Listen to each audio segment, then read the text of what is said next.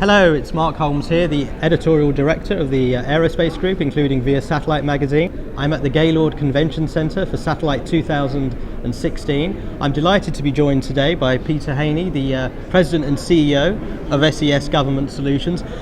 Pete, from an SES Government Solutions perspective, how do you see sort of those, I guess, the military and government market playing out this year, the trends and the opportunities for you guys to do some more business there? Well, thank you for the question.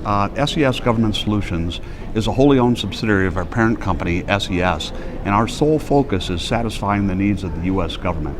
So we support Army, Navy, Air Force, Marine Corps, intelligence community, and other government agencies with our KU and C-band capabilities that we have on our fleet today. And as we look to the future, we're trying to be more innovative and trying to figure out those things that will be of use to the U.S. government.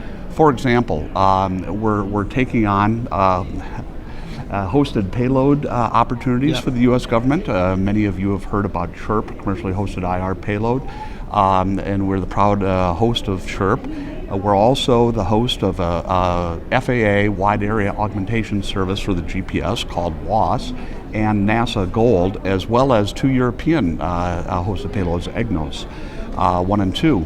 The other thing that we're doing is we're looking at high throughput satellites, and our company has recently invested in several high throughput satellites, SES-12, SES-14, SES-15, which will be on orbit in the next 18 to 24 months and provide significant throughput benefits for the U.S. government and other customers. Finally, O3B. We're a primary investor in O3B, and we've had a very great relationship with O3B, and trying to take that whole concept of the commercial KA at the mid-Earth orbit to the U.S. government first adopters. And go ahead. I was going to ask you, it was a nice segue into sort of O3B, and you know, that's been a great investment for SES. Where does sort of O3B now play in 2016 in this US government market? And a follow-on question there, you know, how does that impact the overall SES Government Solutions of what you do as well? Well, thank you for the opportunity. O3B plays well with the US government in my mind. But what we have to do is figure out how to target those first adopters that might be able to take advantage of the very high throughput and low latency that O3B brings to the table.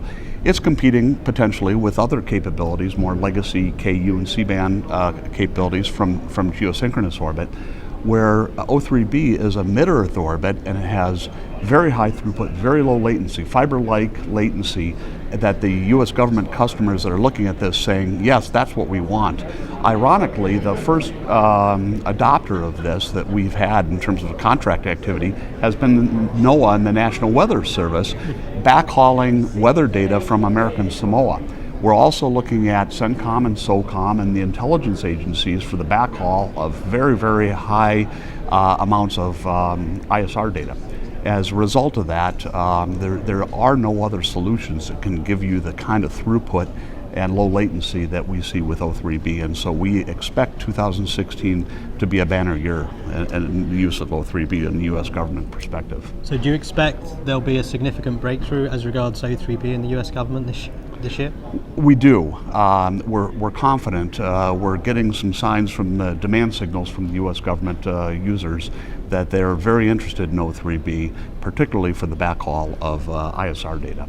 And just, I guess, sort of a final question: how important is it for you, as sort of the CEO of SES Government Solutions, to have this sort of MEO component in the tool bag, so to speak, when dealing with the U.S. government? Well, I think it's a really incredible differentiator, so that not only do we have our geo capabilities that we're well known for, but to have that mid-Earth orbit capability to bring these specialty applications to the U.S. government customers, I think it's just going to take off. Many of the U.S. government customers have actually called this, when we had the demonstrations of the capability, 6 simultaneous high-definition full-motion video UAV or RPA feeds, and they're saying, wow, this is incredible, it's a game changer, with multiple applications riding in the background. So we expect that once they see this and once they start to use it out in the field, that it's just going to grow, the demand's going to grow. Excellent. Well, Pete, it's always a pleasure. I wish you and SES Government Solutions the best of luck in 2016. Well, thank you very much. Thank you very much. Appreciate it.